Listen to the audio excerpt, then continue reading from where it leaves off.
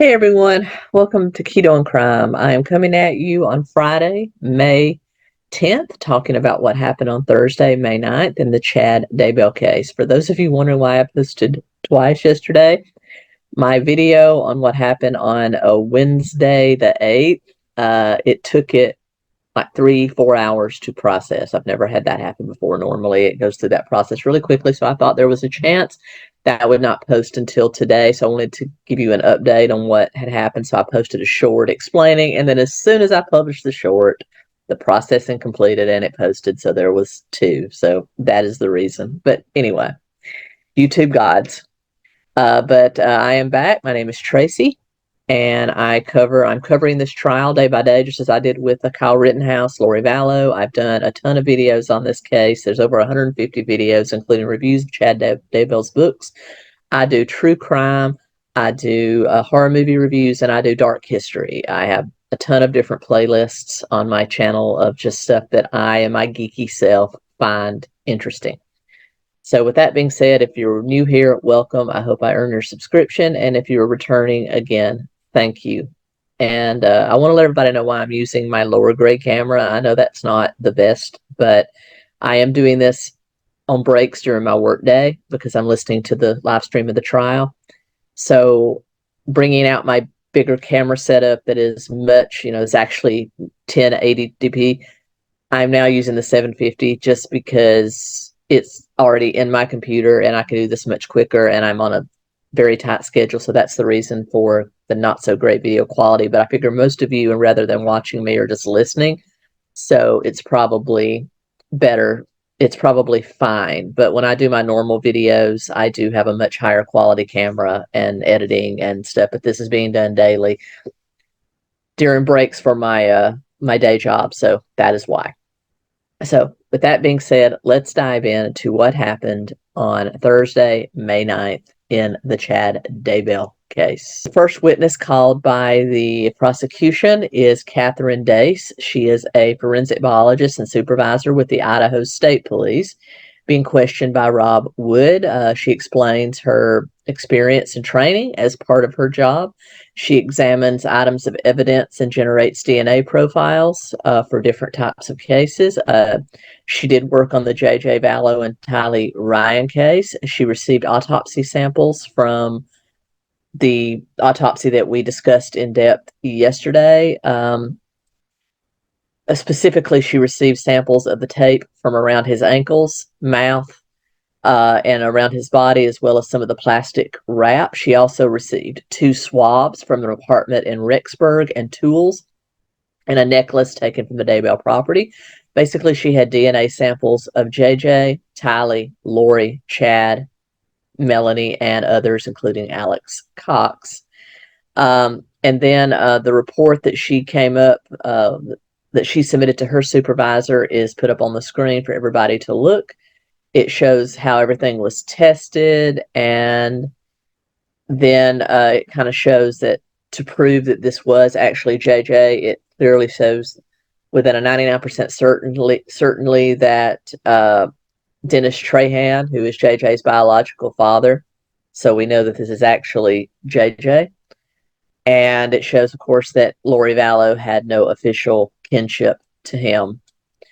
And then it says that he explains how you get half your DNA from your mom, half from your dad, and then explains that testing shows that Lori is 𝗙𝗍's biological mom, but that Dennis is JJ's biological dad with no relation to Lori.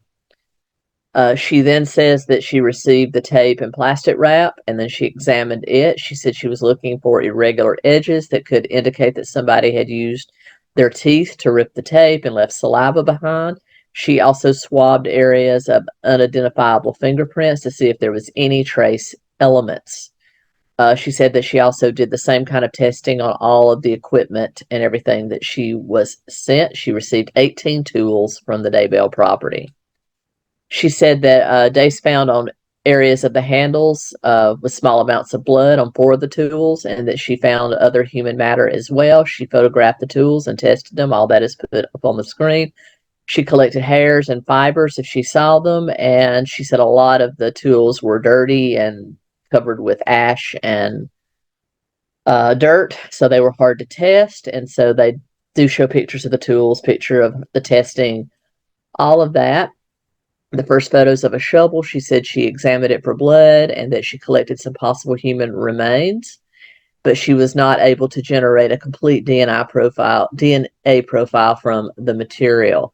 And then there was another shovel shown that she again did the same testing, and she was able to do a small profile from it because there was a little bit more DNA on it. And then it shows a close-up of the shovel and then they bring the shovel in and kind of pass it through the jury.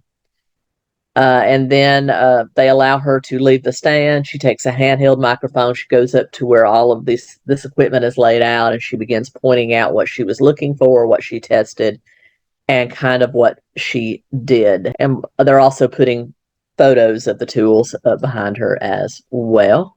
And then she basically just goes through the entire way that she tested the DNA she received with what she was able to get off the tools and other things.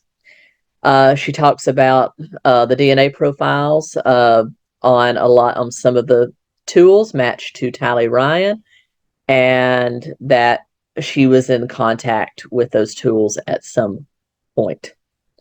Then they moved on to a pickaxe. She said there was blood on the axe. It was dirty. She removed all that and collected the samples for DNA. She said there did appear to be some burn marks on this pickaxe, and that she found enough material off of this to run a DNA profile. And she said that, again, all of this was compared against the general population, and all of this showed with 159 trillion times versus a random person that this DNA was on this equipment, and again, matched to Tally. She then showed how she tested some of the fibers that were taken from the wrappings around JJ, but there was still not enough DNA to generate a DNA profile, but she did send the hairs to some private labs, including 𝗧𝗿𝗽 Technology in Virginia, and then they admit a report from 𝗧𝗿 Technology.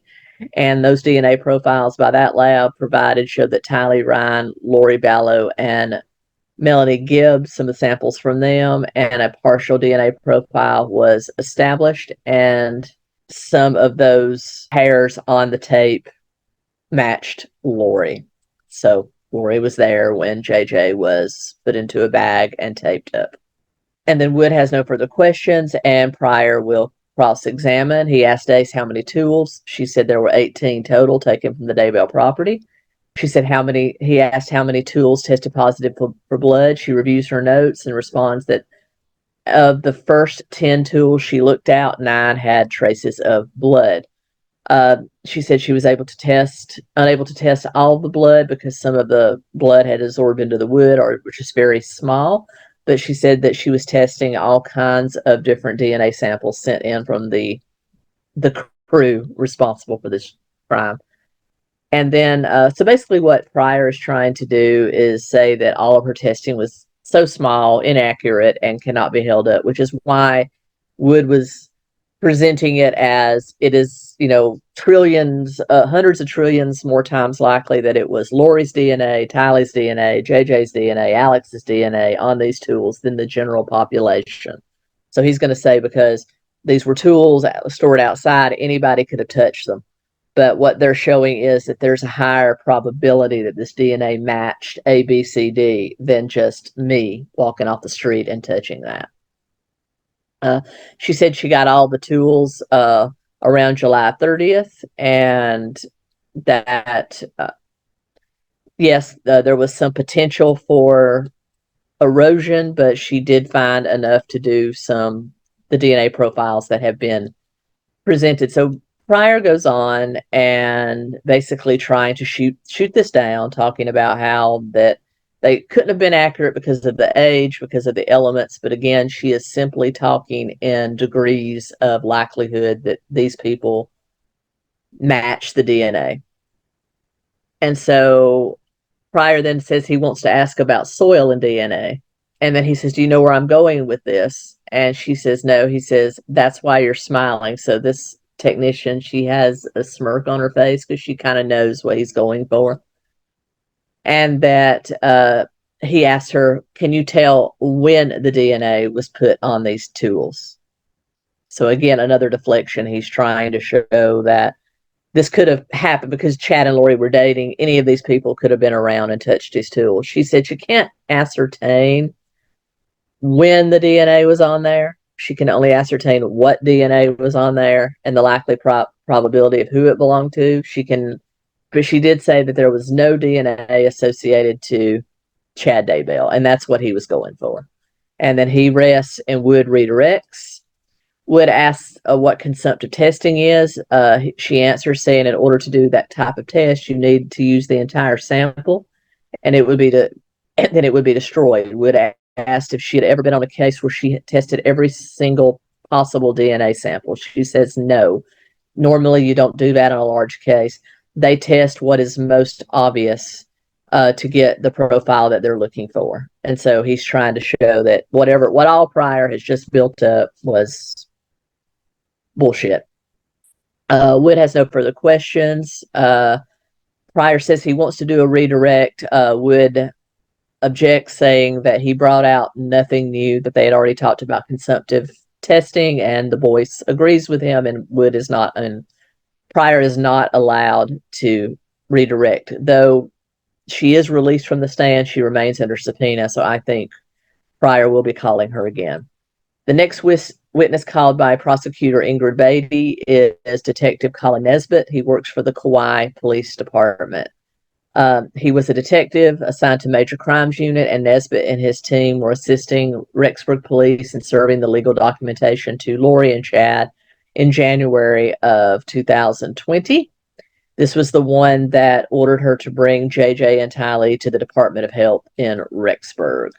And then he said he served Chad and Lori the papers at 2:39 p.m. on January 25th. They were in a swimming pool area of the condo where they were staying.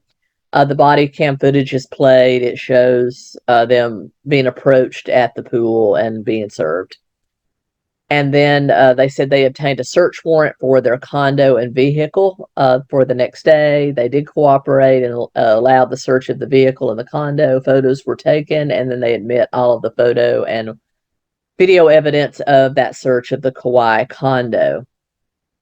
Then they kind of go over what they found, the fact that Lori's purse was on the seat, the fact that there were some other articles belonging to the two of them found in there. They show pictures of all of that. And then they said that they found Tylee Ryan's debit card in Lori's purse. Photos of the card are then shown. And that the phone and other items were shipped to the Rexburg Police Department. The next photo shows the rear view, and there were two adult bikes found in the back. And then they show more pictures of the indoors of that vehicle they were using in Hawaii. They see the bikes, the backpack, there was a handbag. There was the Visions of Glory, which is Chad Daybell's autobiography, which I have summarized and reviewed. I'll link it right up there. There were 2 iPads, a manila envelope, and a folder. The photo of the iPad says JJ. There's JJ written on the cover of the iPad, so this is JJ's iPad. And then there is Charles Vallow's 17 copies of Charles Vallow's death certificate found in the vehicle. And then the real estate paper for the condo that Chad and Lori were renting were also in the handbag. Then they found JJ and 𝗙𝗪's Social Security cards, along with some birth certificates for all of Lori's children. There was also the death certificate from the state of Arizona, which they assume was another one for Charles, but they really couldn't read it.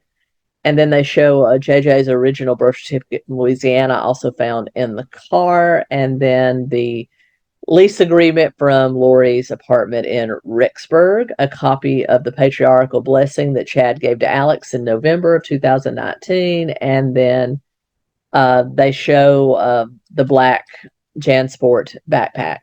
And there's a bunch of sticky notes attached to some of the stuff, and he says he doesn't know what any of it means. And there was a MacBook Pro and an HP laptop in the bag. And then there was also an envelope full of cash found in the backpack, over $10,000 in cash. He said they were present, and that is the SUV. And then we move on to the condo search, and there was no sign that any children lived there or had ever been there. And Ingrid Beatty has no further questions. Pryor will cross-examine. Pryor asked if Chad made any comments when the papers were served at the pool. Nesbitt says no. He said he looked over the papers, but handed them back to Lori. Pryor asked if there was a custody order for the kids to be returned to Idaho. Nesbitt said yes. And Pryor asked about the credit card found on the driver's side of the car because Lori was driving. Said that Chad was sitting in the passenger seat the next time they saw them of the vehicle when they brought the vehicle in to be searched. And Pryor asked if anything of evidentiary interest was found on Chad's side of the car. Nesbitt says no. He asked about the book. He says what faith the book comes from, and Nesbitt said doesn't know. So the Visions of Glory, they were, I don't know why he's asking Nesbitt all these questions, but basically he's just trying to say, hey, this was all Lori. Chad was just riding along. He was just innocent. He was just getting that sweet poontang, and this was innocent. Then Pryor asked about the handbag, and they go through everything that was found there. They also talk about the cash and how all that belonged to Lori and her children. There was Lori's dead ex-husband. There was nothing about Chad in that car except that book. And basically they agree. Beatty does, he releases the witness. Beatty does redirect. Beatty asked about Chad not saying anything during any of the encounters with police. He didn't say, what's this about? Nesbitt said he didn't say anything. And then Beatty asked a few clarifying questions about that. And then Nesbitt is released from subpoena. So basically, Pryor was trying to say Chad was all innocent. And then Beatty redirects saying he was just silent. You know, he acted as though he was silent, but knew something about it. So anyway, I think that was still kind of flimsy on Beatty's part, honestly. I think Pryor did a better job showing that Chad was innocent, even though I think the physical evidence does show that it was all Lori's stuff. Chad was there. Anyway, the next witness called by Rob Wood is FBI intelligence analyst Benjamin Dean. It takes Wood about 5 minutes to get his questions in order. He had to run and get some stuff. But then he said that Dean has worked for the FBI for 8 years. He is currently assigned to Salt Lake City, Utah field office, and his main job is to analyze information and make assessments regarding any threats. Dean began working the Daybell case in March of 2020. His initial assessment was to review tips submitted by members of the public and then to see if any of them were valid. He said they received about 800 tips, many of which had photos and videos. Dean was asked to review devices that were seen from the Daybell home in January of 2020.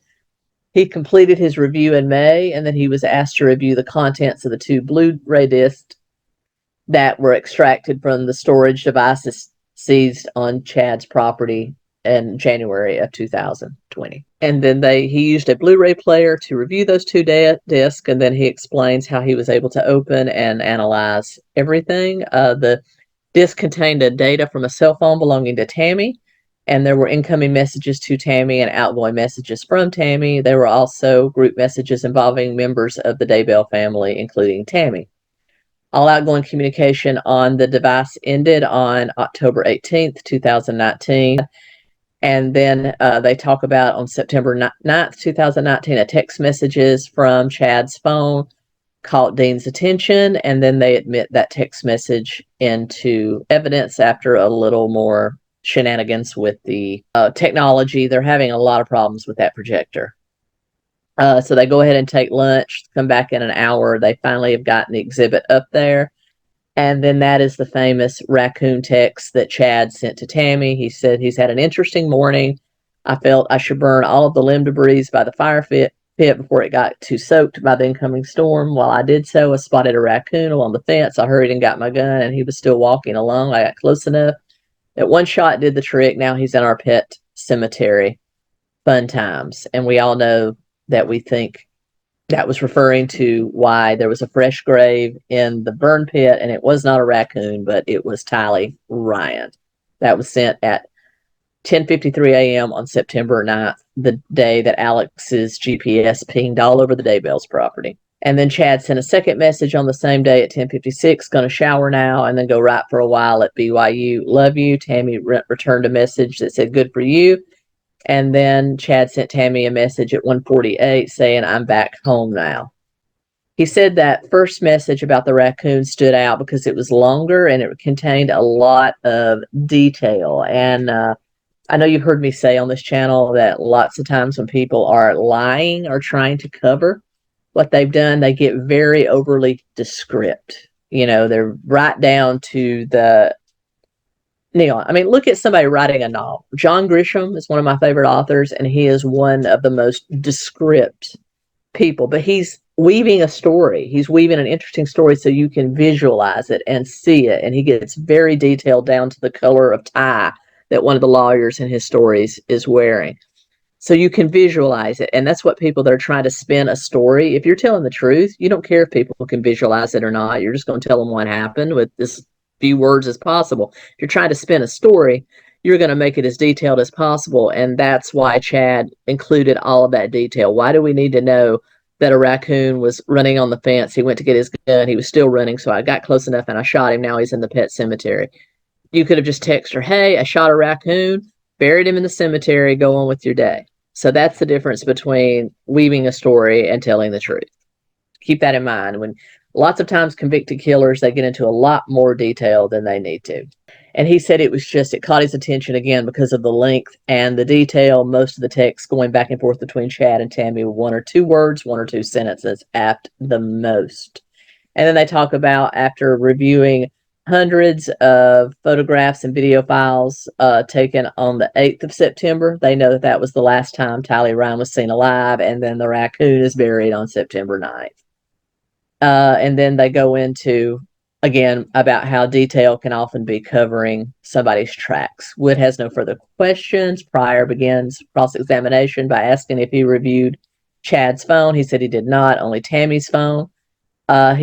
Prior, he asked if there were ever frequent discussions between Tammy and other members of the family. He says yes. In the group text, there were a lot more lengthy text messages. And then they confirmed that there were 3 people living in the Daybell house at the time of Tammy's death. And that was Tammy, Chad, and Gareth. And he confirms yes.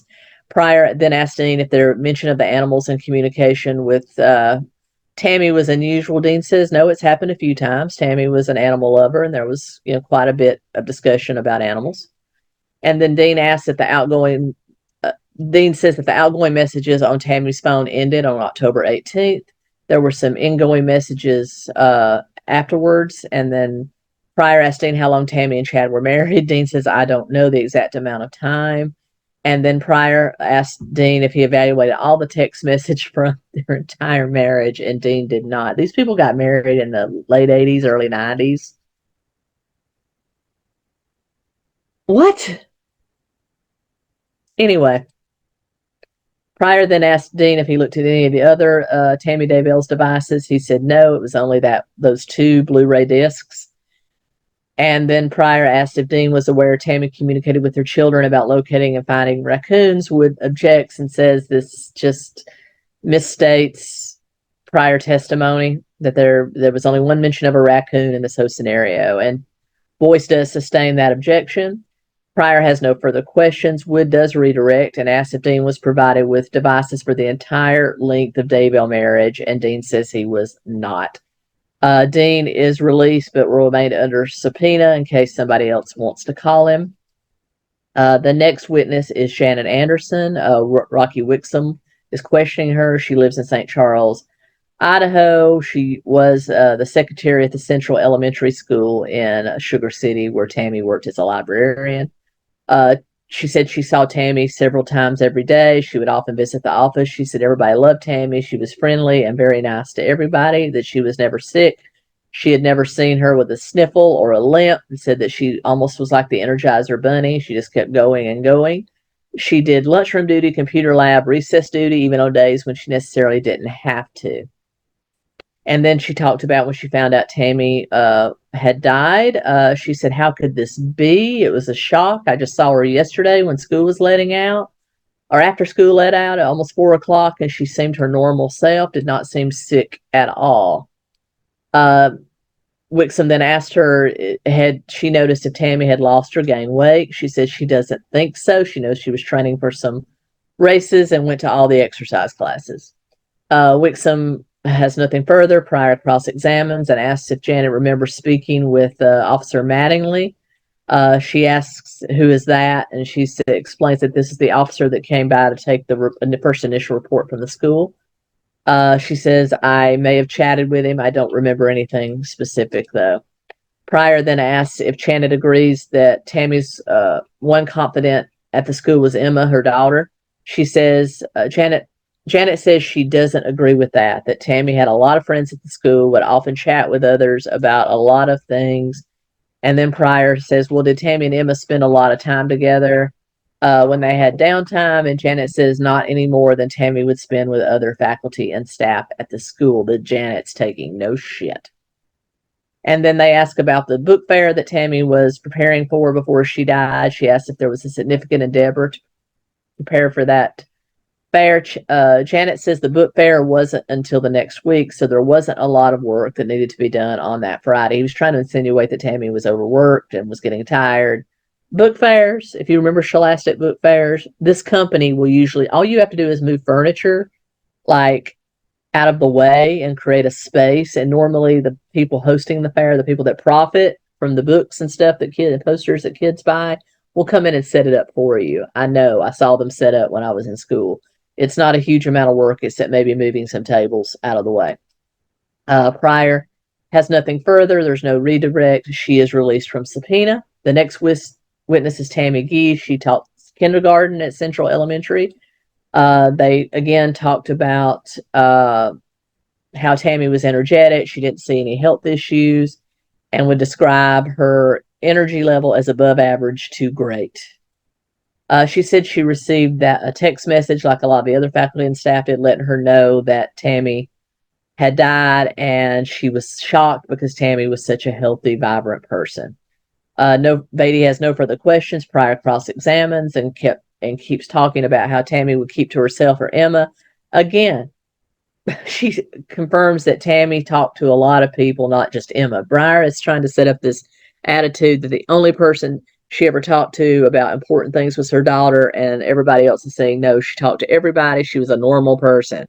The next witness, these are witnesses in break succession. Another teacher at Central Elementary, 𝗙𝗂𝗀𝗍, she teaches the Title I. This is people that need remedial reading. Again, she goes over how energetic Tammy was, how she did her job, how everybody loved her. She was a great friend. All these people are saying the same thing, that she's highly energetic. They were shocked when something happened to her, and no matter how much Pryor tries to allude that Tammy was sick, none of these people are agreeing with it. In fact, he does not even attempt to cross-examine Pam at all. He knows he's not going to get anywhere. So, and then court is dismissed for the day. It was a short day because there's renovations going on in the courthouse, both yesterday, the 9th, and today, the 10th. I'll be back Monday on what happened today, Friday, May 10th, in the Daybell trial. And until next time, keep doing crime.